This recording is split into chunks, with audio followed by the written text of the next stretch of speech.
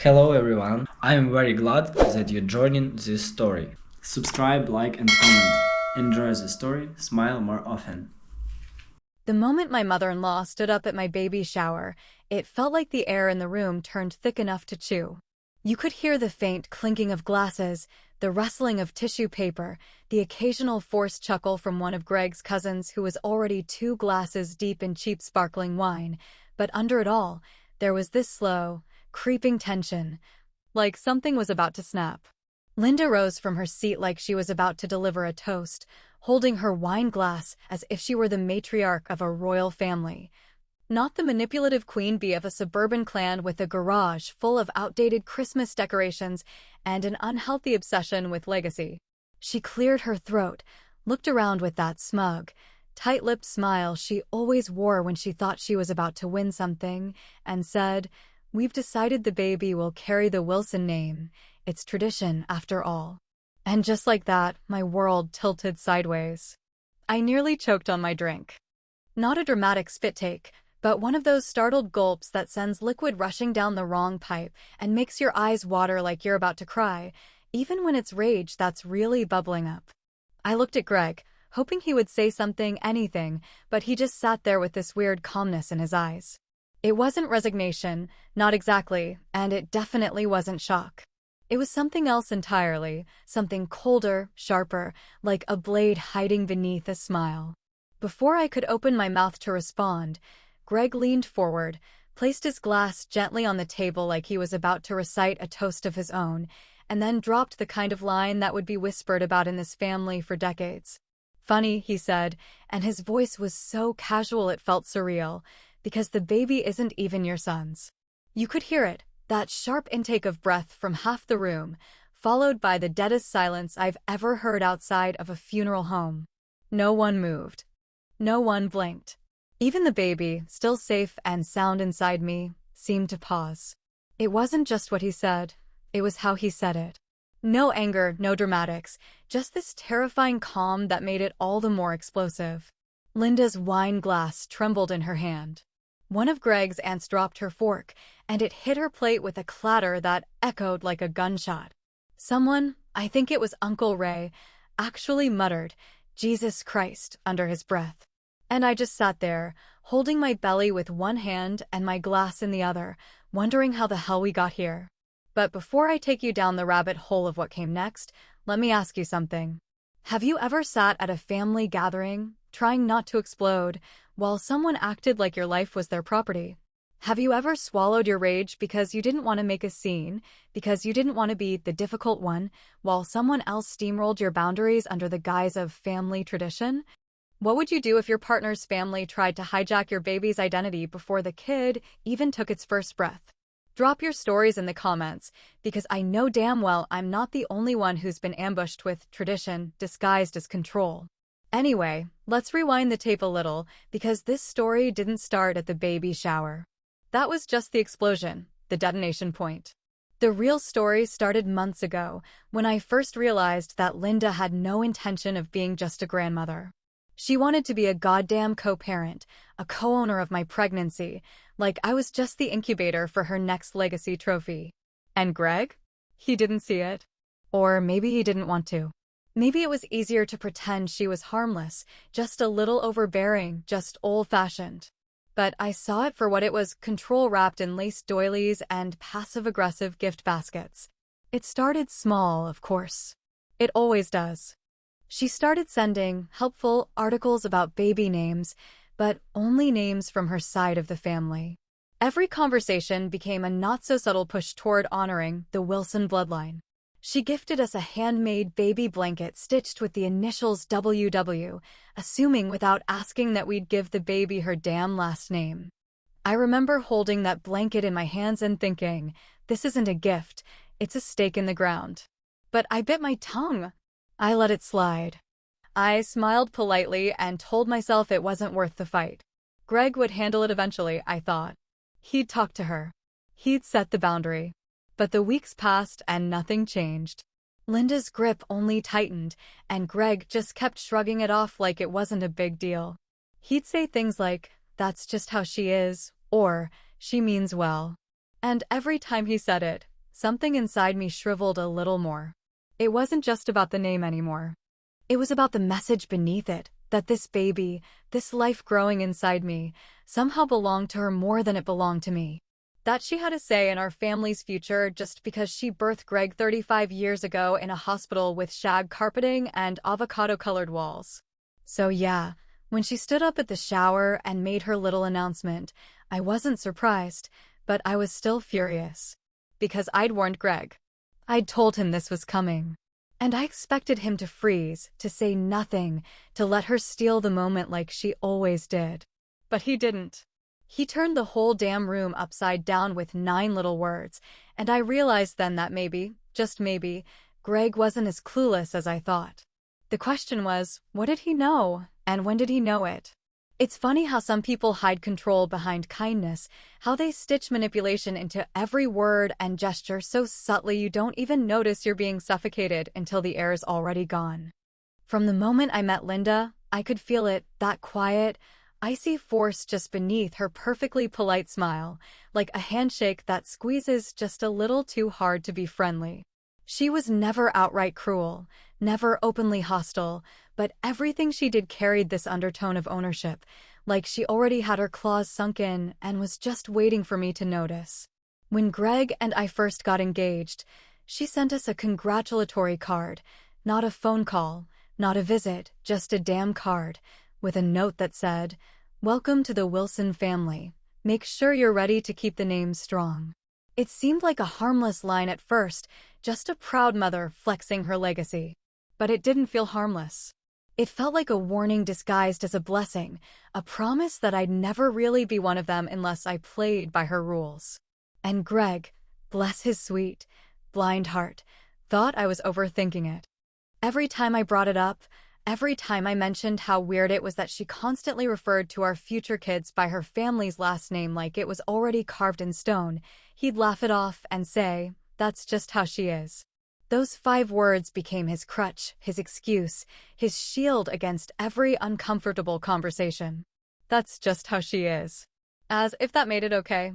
As if the way she bulldozed over every boundary was some harmless quirk instead of a calculated pattern. When we told her about the pregnancy, I expected tears, hugs, maybe even a rare moment of actual warmth. What I got instead was a long, too long silence, followed by a strange smile and the sentence that still echoes in my head, "Well, now we'll really have to make sure the Wilson name carries on." No, congratulations, no, I'm happy for you. Just another declaration about legacy, as if the baby growing inside me already belonged more to her than to me. That was the first time I felt something shift inside me, not just irritation or defensiveness, but something deeper, something colder. A sense that I was being drafted into a war I hadn't agreed to fight. From that moment on, everything she did was tinted with that same quiet possessiveness. She started sending us gifts, always unasked for, always over the top. A vintage cradle she claimed was an heirloom, even though it reeked of mothballs and looked like it hadn't passed a safety inspection since the Nixon era. A series of monogrammed baby onesies with WW stitched into the chest, which she handed to me with a smile that dared me to object. "Just a little something for our legacy," she said, while Greg stood there and nodded like a trained dog. And when I brought it up later, when I asked him how he could let her act like this baby was hers to brand, he just sighed and said, "It's not worth the fight." But it was worth the fight. It was worth every damn fight. Because the more I bit my tongue, the deeper her roots dug into our lives. Every conversation turned into a lecture about family history, every dinner into a reminder of what real Wilsons value. She never said it outright, but the message was always there, lurking in her tone and her phrasing, that I was just a guest in this bloodline, a carrier for something greater than myself. And Greg, my own husband, didn't seem to see it. Or worse, maybe he saw it and chose to ignore it, because fighting with his mother meant admitting that she wasn't just eccentric, she was toxic. And then there was the name. Always the name. The way she said it with reverence, like it was some holy artifact. "A child needs to carry the name of their true family," she said once, right in front of me, as if I was just furniture. It's how we keep our roots strong. Roots. That word made my skin crawl. Because roots don't just hold you up, they trap you, twist around you, keep you buried in the dirt if you're not careful. And I was starting to feel like I'd been planted in a grave I didn't agree to dig. The cracks in our marriage didn't show up all at once. They started as hairline fractures, tiny moments where Greg chose silence over support, where he looked away instead of looking at me. I told myself it was temporary, that he was just overwhelmed. But deep down, I started to feel the chill of doubt creeping in. Why did he let her dominate every decision? Why did he freeze up whenever I tried to draw boundaries? Was this just about conflict avoidance, or was there something deeper? One night, after another passive-aggressive dinner where Linda managed to insult me without ever raising her voice, I sat on the couch and stared at Greg until he finally asked what was wrong. I didn't sugarcoat it. I told him straight, "Your mother is trying to take over this pregnancy like it's hers. And if you don't start standing up to her, you're going to lose me in the process." He just sat there, silent, eyes fixed on the floor like a scolded child. He didn't argue, but he didn't promise anything either. And that silence, that damn silence, was louder than any fight we'd ever had. The next day, Melanie came over, bringing takeout and the kind of blunt honesty that only your best friend can offer. We sat at the kitchen table, picking at greasy noodles while I vented for the 100th time about Linda's latest power play. And then she said something that froze me mid-bite. "You know," she said casually, "I've always felt like Linda doesn't really see Greg as a man. More like a placeholder. Like she's keeping him warm for someone else." I blinked. What the hell does that even mean? Melanie shrugged, chewing thoughtfully. "I don't know. Just something in the way she talks to him.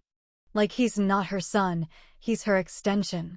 Like he never really belonged to himself."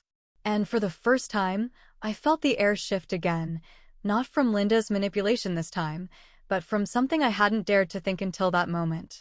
What if the problem wasn't just how Linda treated me? What if it was how she treated him? And what if the reason he never stood up to her was because he didn't know how? Or worse, because somewhere deep down, he didn't think he could? Sometimes all it takes is a single photograph to rip a hole in the stories you've been told your entire life, and sometimes that hole is so small, so subtle, that you almost ignore it, until it starts to unravel everything around it like a loose thread in a sweater you didn't even know was stitched together with lies.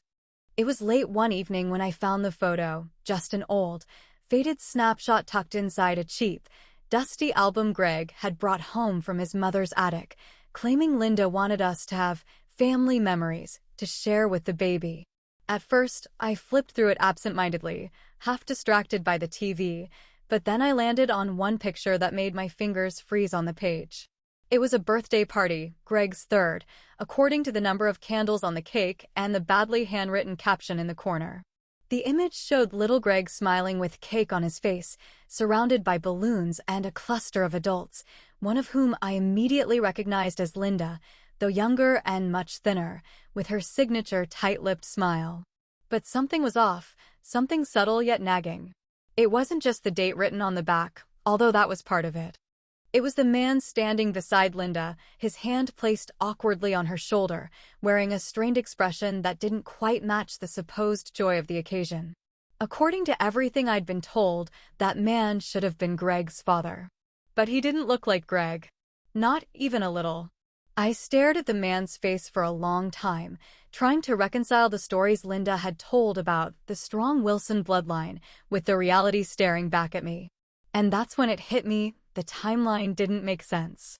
The photo was dated just 6 months after Greg's parents had supposedly gotten married, but there were other pictures in the album, dated even earlier, showing Linda visibly pregnant.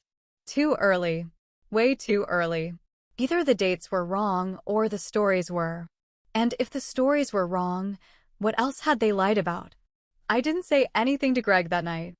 He was already drifting around the house like a ghost, half present, half checked out, always tired, always somewhere else in his head. I didn't know if he was stressed or just avoiding me, but whatever was happening, he wasn't talking. And every time I brought up his mother, he'd either shut down completely or disappear into his phone like it was a trapdoor out of the conversation. I needed answers, but I wasn't going to get them from him. Not yet. The next day, I told Melanie about the photo. We were sitting in my car in the grocery store parking lot, sipping cheap iced coffee and pretending we didn't have lives unraveling at the seams. She looked at me for a moment, her brow furrowed, then leaned in and said something I hadn't even considered until that second. You ever think maybe Greg's not who he thinks he is? The question hit like a slap. I laughed at first, one of those dry, humorless laughs you use to cover up the fact that the thought had already been rattling around your brain like a loose screw. What do you mean? I asked, even though I already knew exactly what she meant. I mean, she said, maybe Linda's been lying about more than just baby names and family recipes. Maybe Greg's not even her biological kid. Or at least not his dad's. Maybe that's why she's so obsessed with control, because the truth would blow everything apart. It was a ridiculous idea. It was also entirely possible. And once that door opened, I couldn't close it. I started noticing things I'd never thought twice about before, how Linda never talked about Greg's birth in detail, how she always changed the subject when people asked about the early years, how Greg looked nothing like his supposed father. I even went digging through some of Greg's old paperwork while he was out one night, trying to find a birth certificate or something, anything that would prove once and for all what the truth was. But what I found instead was a tangle of mismatched dates, conflicting addresses, and one hospital name that didn't even match the story I'd heard 100 times. That's when I made the decision. I wasn't going to sit around waiting for the truth to fall into my lap like a goddamn soap opera twist. I was going to find it myself. I ordered a DNA test, not just for Greg, but for the baby too. I told myself it was just to clear my own suspicions, to give myself peace of mind. But a part of me already knew this wasn't just about the baby anymore. This was about every thread of my life being pulled tight by a woman who treated people like chess pieces and tradition like a weapon. If there was a lie buried beneath all of it, I was going to dig it out, even if I had to get my hands filthy doing it. In the meantime, Linda's behavior grew more unhinged. She called me constantly, asking bizarre questions about what kind of music I planned to play during labor and whether I was planning to feed the baby formula or carry on the Wilson tradition of breastfeeding. I didn't even know that was a thing, but apparently, according to her, it was. She started dropping by unannounced, bringing jars of homemade pickles and framed photos of dead relatives I'd never met, insisting the baby should feel connected to its roots. One day, she even brought over a family tree chart she'd printed off, complete with names going back 5 generations, and she'd already penciled in the baby's name. Without even asking. Greg didn't say a word about it. He just sat there on the couch while she rattled off stories about his great-grandfather's potato farm and his uncle's military medals, nodding along like a good little soldier. I couldn't tell if he was numbed out or just quietly unraveling. Either way, I was done waiting for him to grow a spine. The test kit arrived 2 days later. I didn't tell Greg. I waited until he was out, then carefully followed every step, sealed the samples, and sent them off like I was mailing off a piece of my sanity. I didn't even feel guilty. In fact, I felt something I hadn't felt in weeks, powerful. Not angry. Not confused. Just quietly, unmistakably powerful. A week later, the envelope arrived. I didn't open it. Not yet. Because now I knew something Linda didn't. And I was going to use it. Publicly. The second half of that baby shower didn't feel like a celebration anymore. It felt like a goddamn courtroom, a ticking time bomb, a tightly wound coil that had been stretched so far for so long that the slightest pressure was bound to snap it in half.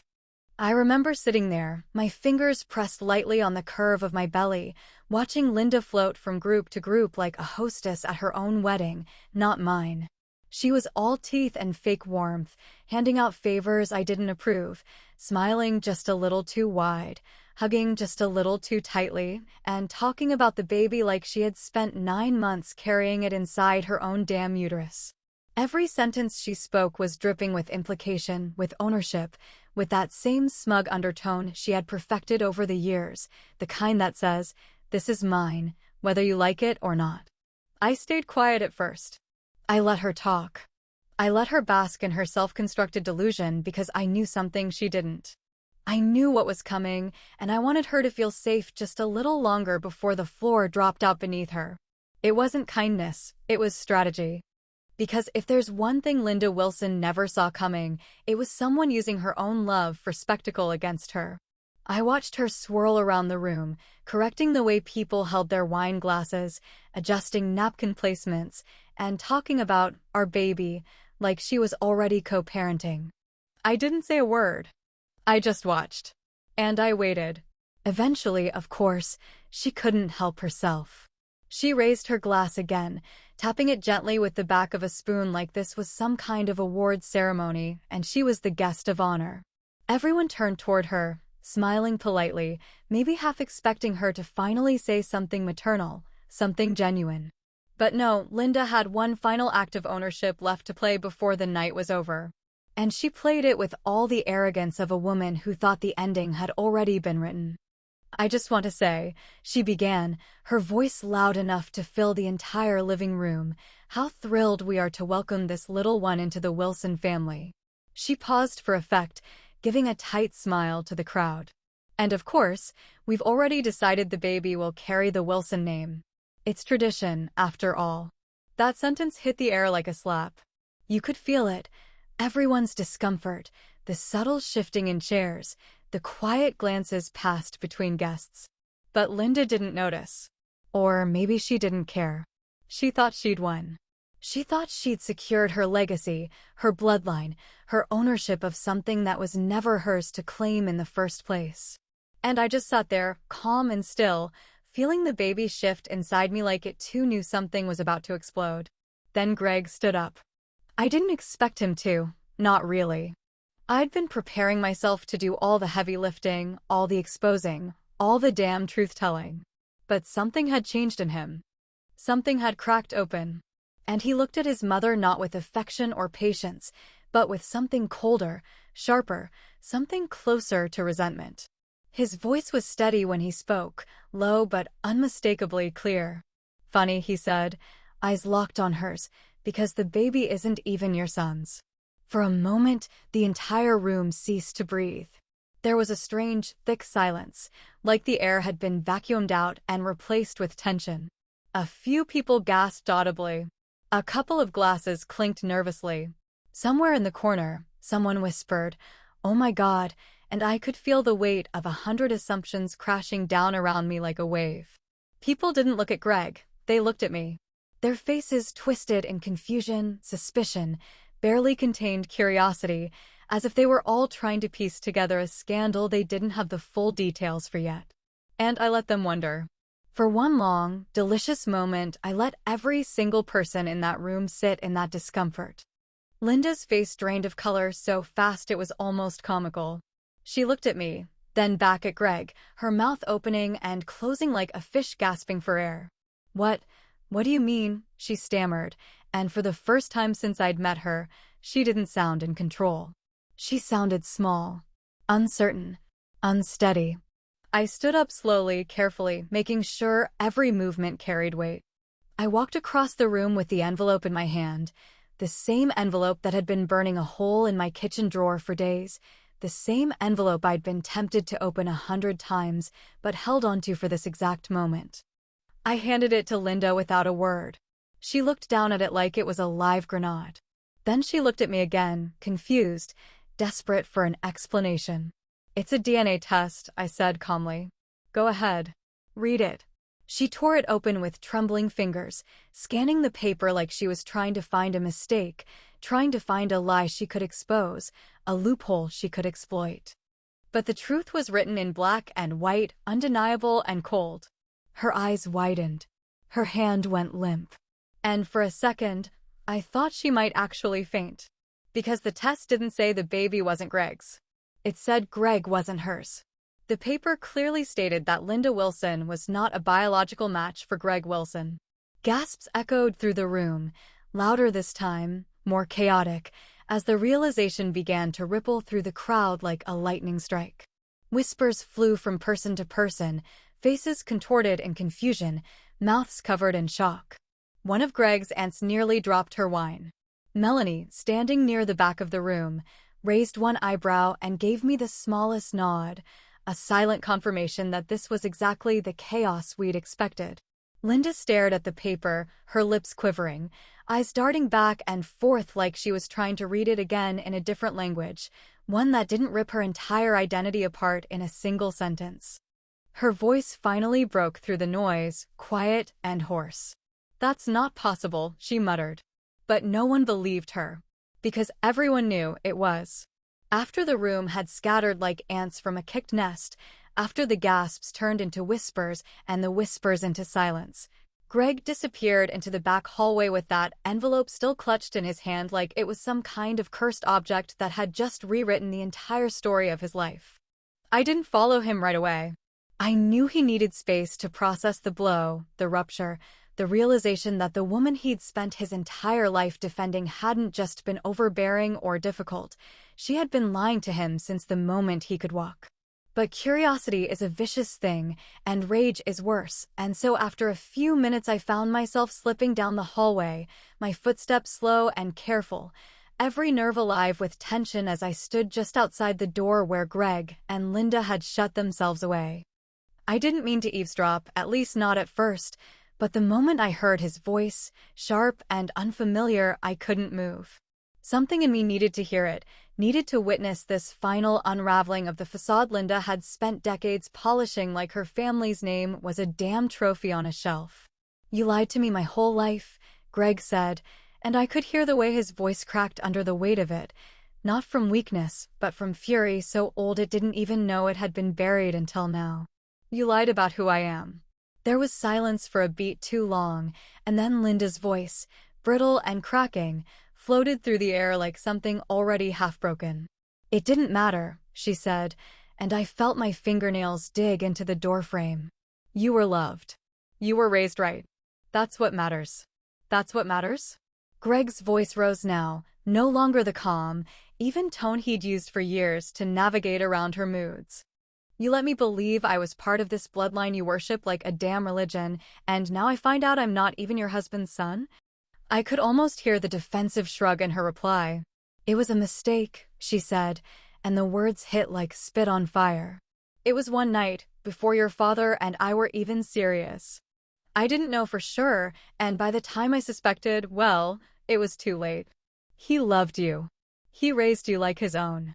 But he wasn't my father," Greg snapped. "And you let me grow up thinking I was some proud Wilson heir, like I carried some great legacy in my veins when all you were really doing was covering your tracks."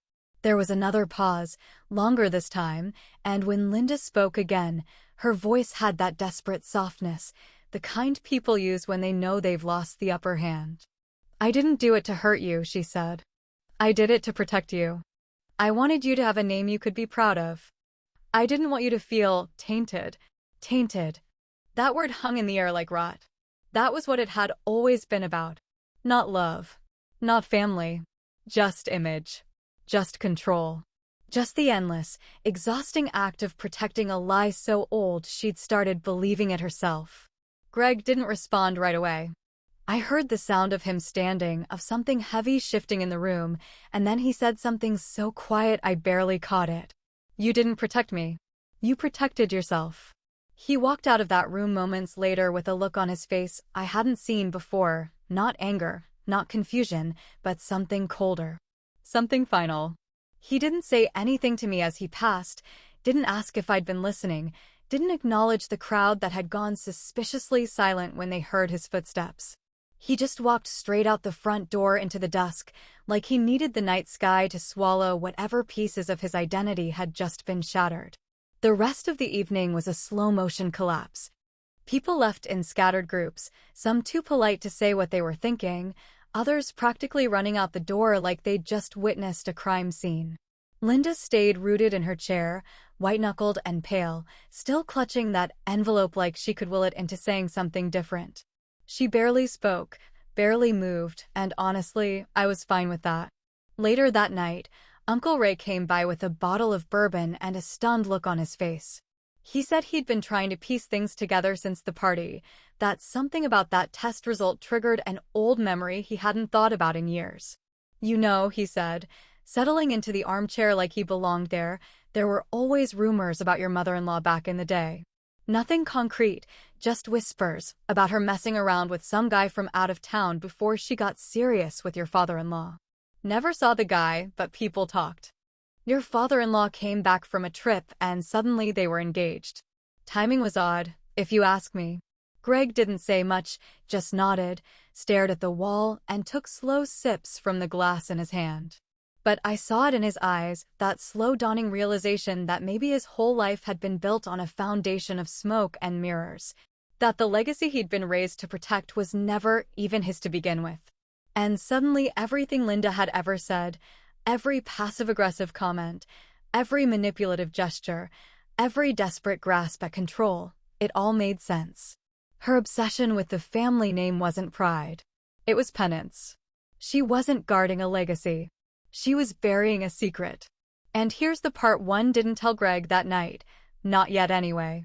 I already knew. I'd known for weeks.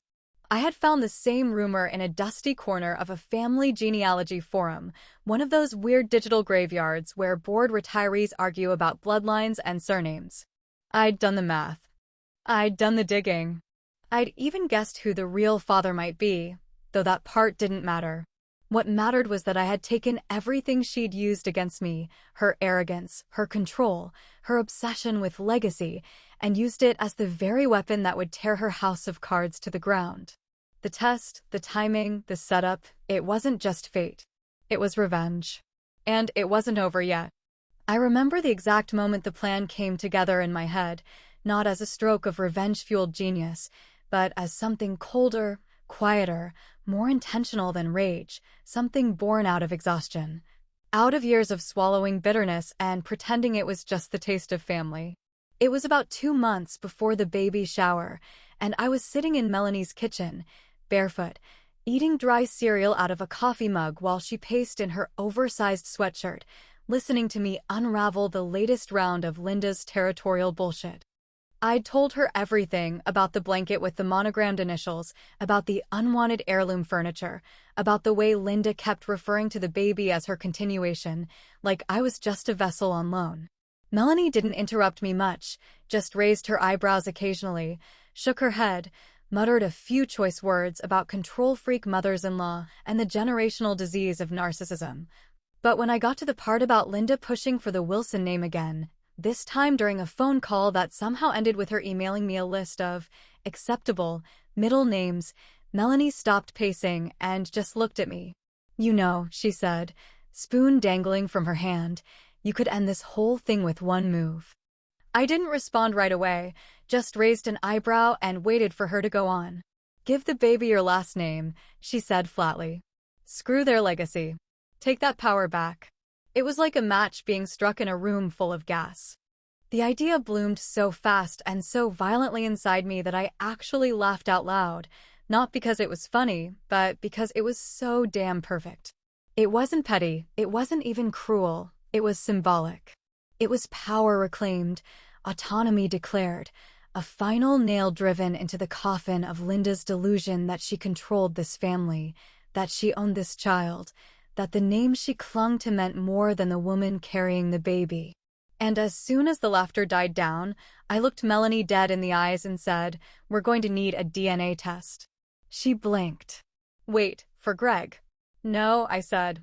"For everyone else." The truth is, I never doubted that Greg was the father. Not once. Not even in the lowest moments of our tension, in the silence that had been stretching between us like a rope ready to snap. I knew deep down that he was my baby's father in every way that mattered. But I also knew that truth alone wasn't enough.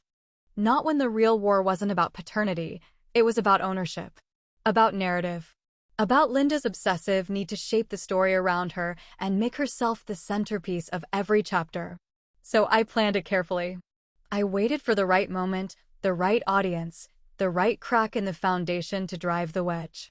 And when I found that old photo and the timeline didn't match, when the pieces began falling into place, I saw my opening and I took it without hesitation. The DNA test wasn't about confirming what I already knew. It was about forcing Linda to choke on the legacy she had tried to weaponize. And when the results showed that Greg wasn't even her biological son, It was the kind of poetic justice you can't script. It was clean, brutal, perfect. After the shower, after the fallout, after the phone calls from confused relatives and the awkward half-apologies from people who had once called me too sensitive, I sat down with Greg in the nursery, just the two of us, surrounded by pastel walls and baby clothes folded neatly in drawers, and told him what I wanted. "I'm giving the baby my name," I said. "No drama, no venom, just truth laid bare. Not Wilson.